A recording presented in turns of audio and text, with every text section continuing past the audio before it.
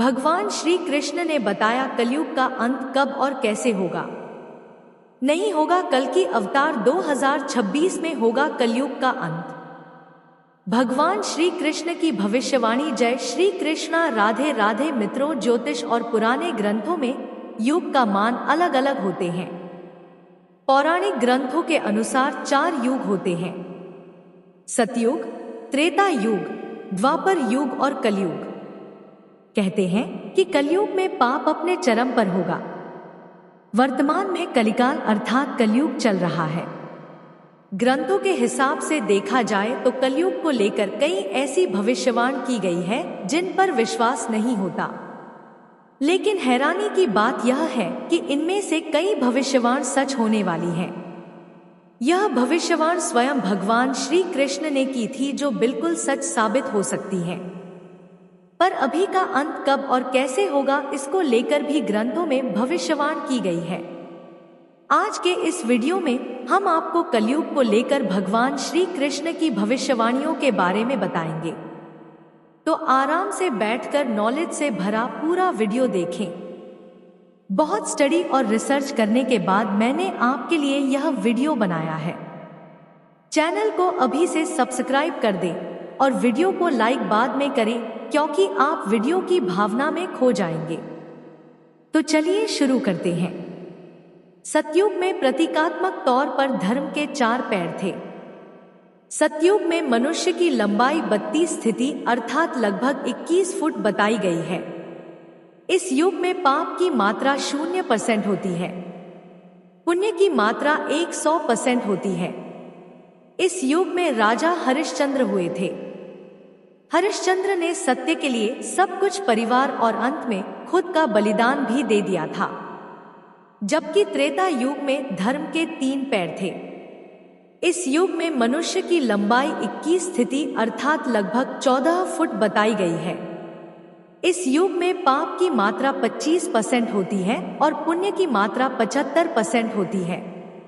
इस युग में विष्णु भगवान का वामन और राम अवतार हुआ था। असुर राजा बलि ने 3 पग में धरती दान कर दी थी, जबकि राक्षस राज रावण ने सीता का अपहरण करने के बाद उन्हें छुआ तक नहीं था। द्वापर युग में धर्म के 2 पैर ही रहे। इस युग में मनुष्य की लंबाई 14 स्थिति अर्थात लगभग 7 फुट बताई गई है।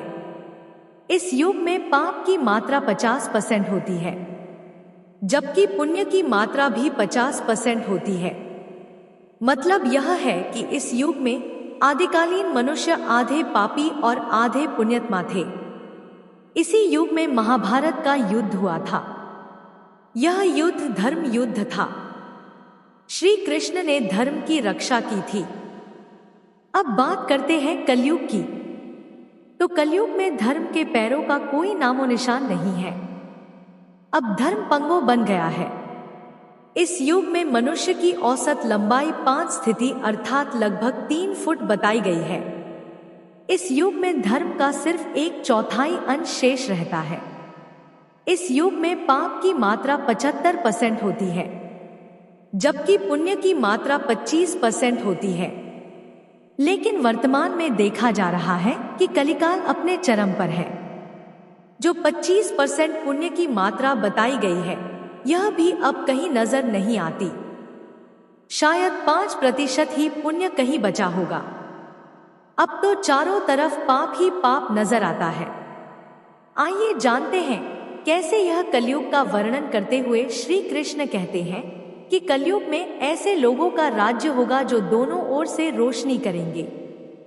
बोलेंगे कुछ और, करेंगे कुछ और, मन में कुछ और, कर्म में कुछ और।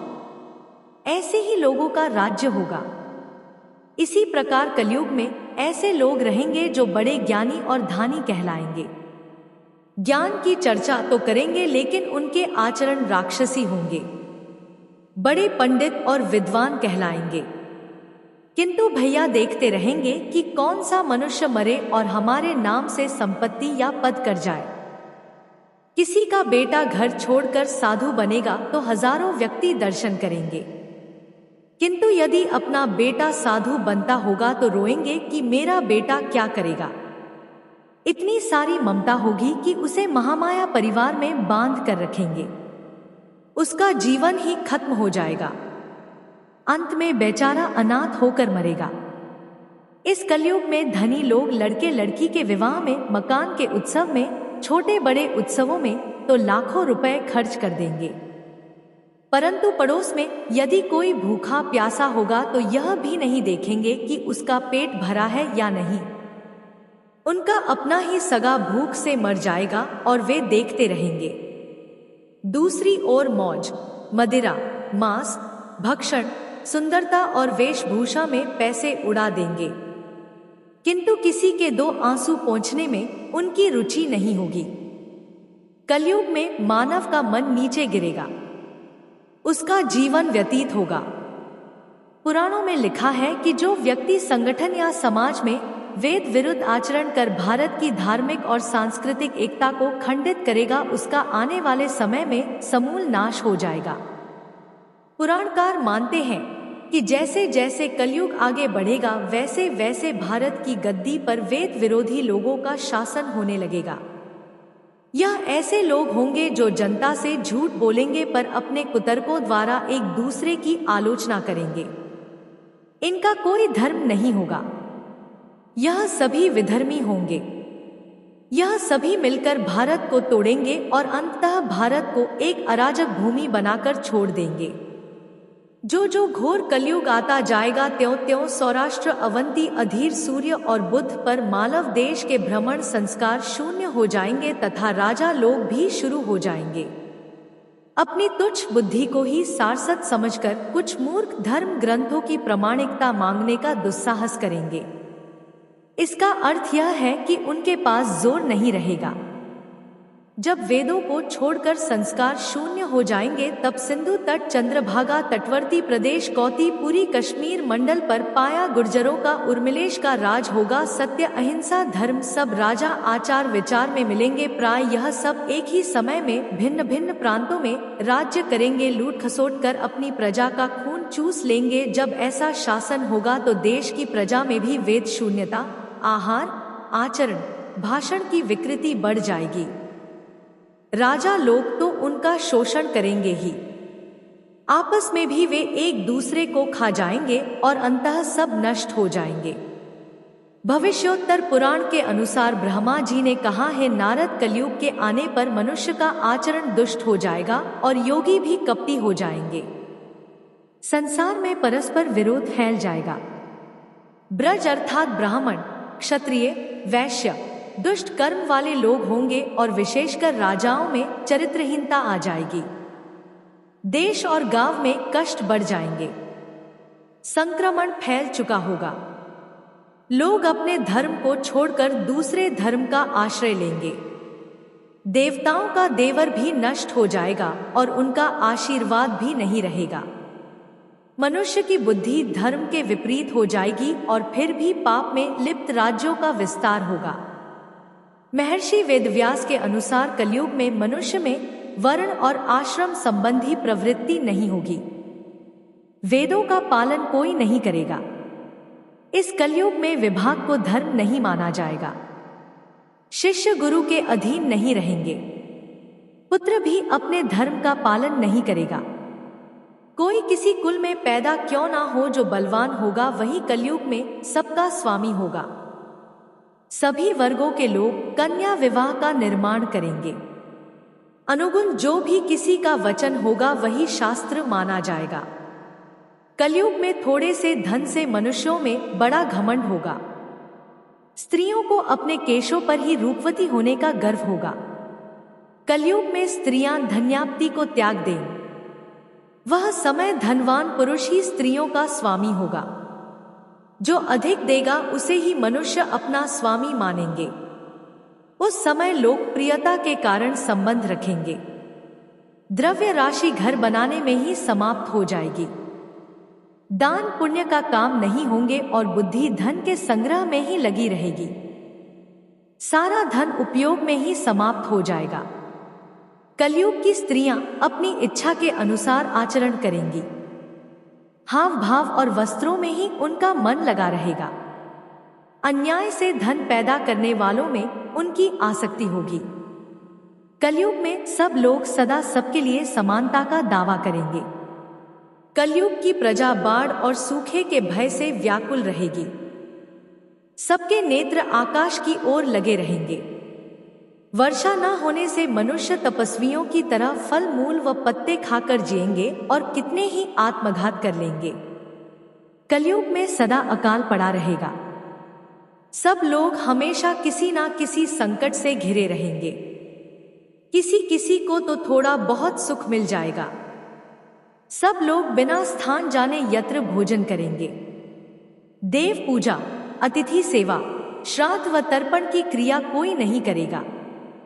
कलयुग की स्त्रियां नाटी अधिक खाने वाली और मंदिर विहीन होंगी। गुरुजनों और पति की आज्ञा का पालन नहीं करेंगी तथा प्रदेश की सीमा में भी नहीं रहेंगी। अपना ही पेट पालेंगी, क्रोध में रहेंगी। धर्म संस्कृति की ओर ध्यान नहीं दें। असत्य और कटु वचन बोलें। इतना ही नहीं, दुराचारी पुरुषों से मिलने की अभिलाषा करें। अब ब्रह्मचारी लोग वेदों में कहे गए व्रत का पालन किए बिना ही संतान उत्पन्न करेंगे। गृहस्थ पुरुष ना तो हवन करेंगे ना ही सत्पात्रों को दान देंगे। वनों में रहने वाले लोग बनकर कंदमूल आदि से निर्वाह नहीं करेंगे बल्कि ग्राम्य और धन का संग्रह करेंगे। सन्यासी भी मित्र आदि के स्नेह बंधन में बंधे रहेंगे। कलयुग आने पर राजा प्रजा की रक्षा न करके उल्टे बहाने बनाकर उनका अपहरण करेंगे। अध मनुष्य संस्कारहीन होते हुए भी ताकत का सहारा लेकर लोगों को ठगने का काम करेंगे। उस समय पाखंड की अधिकता और अधर्म की वृद्धि होने से लोगों की आयु कम होती चली जाएगी। उस समय 5, 6 अथवा 7 वर्ष की स्त्रियां और 8, 9 या 10 वर्ष के पुरुषों से ही संतान होने लगेगी। घोर कलयुग आने पर मनुष्य 20 वर्षों तक ही जीवित रहेंगे।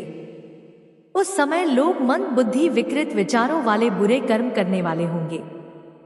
लोग ऋण चुकाए बिना ही धन हड़प लेंगे तथा जिसका शास्त्र में विधान नहीं है ऐसे योगों का अनुष्ठान करेंगे। मनुष्य अपने को ही पंडित समझेंगे और बिना प्रमाण के ही सभी कार्य करेंगे। तारों की ज्योति फीकी पड़ जाएगी। 10 दिशाएं विपरीत हो जाएंगी। पुत्र पिता को तथा बहू सास को काम करने नहीं देगी। कलयुग में समय के साथ साथ मनुष्य भ्रम और शंका पर विश्वास करने वाले, शास्त्र ज्ञान से रहित, दम से भरे और अज्ञानी होंगे। कलयुग के अंत के समय बड़े भयंकर युद्ध होंगे। भारी वर्षा, प्रचंड आंधी और तीव्र गर्मी पड़ेगी। लोग खेती काट लेंगे, कपड़े चुरा लेंगे, पानी पीने का सामान और बेटियां तक चुरा लेंगे। चोर अपने ही जैसे चोरों की संपत्ति चुराने लगेंगे। हत्यारों की भी हत्या होने लगेगी। चोरों से चोरों का नाश हो जाने के कारण जनता का कल्याण होगा। युगांत काल में मनुष्य की आयु अधिक से अधिक 20 वर्ष की होगी। मनुष्य की औसत आयु 5 वर्ष की रह जाएगी। 5 वर्ष की उम्र में स्त्रियां गर्भवती हो जाया करें। 16 लोग वृद्ध हो जाएंगे और 20 वर्ष में मृत्यु को प्राप्त हो जाएंगे। इंसान का शरीर घटकर दुर्बल हो जाएगा। ब्रह्मावर पुराण में बताया गया है कि कलयुग में ऐसा समय भी आएगा जब इंसान की उम्र बहुत कम रह जाएगी। व्यवस्था समाप्त हो जाएगी। कली के प्रभाव से प्राणियों के शरीर छोटे छोटे, क्षीण और रोगग्रस्त होने लगेंगे। श्रीमद् भागवत के 12 स्कंध में कलयुग के धर्म के अंतर्गत श्री सुखदेव जी परीक्षित से कहते हैं कि जो घोर कलयुग आता जाएगा त्यों त्यों उत्तरोत्तर धर्म, सत्य, पवित्रता, क्षमा, दया, आयु बल और स्मरण शक्ति का लोप होता जाएगा। अर्थात लोगों की आयु भी कम होती जाएगी। जब कलिकाल बढ़ता चला जाएगा, कलयुग के अंत में जिस समय कल की अवतार अवतरित होंगे उस समय मनुष्य की आयु केवल 20 या 30 वर्ष की होगी। जिस समय कल की अवतार आएंगे चारों वर्णों के लोग एक समान हो जाएंगे। गाय भी छोटी छोटी और कम दूध देने वाली हो जाएंगी। कलयुग के अंत में संसार की ऐसी दशा होगी कि अंत में लोग मछलियां, मांस और बकरियों का दूध ही ग्रहण करेंगे। गाय तो देखना ही बंद हो जाएगी, होगी भी तो वक्र शरीर वाली। एक समय ऐसा आएगा जब जमीन से अनाज उपजना बंद हो जाएगा, पेड़ों पर फल नहीं लगेंगे। धीरे धीरे यह सारी चीजें विलुप्त हो जाएंगी। गाय दूध देना बंद कर देगी। स्त्रियां कठोर स्वभाव वाली पराये पुरुषों से मिलने वाली होंगी। वे पति की आज्ञा नहीं मानेंगे।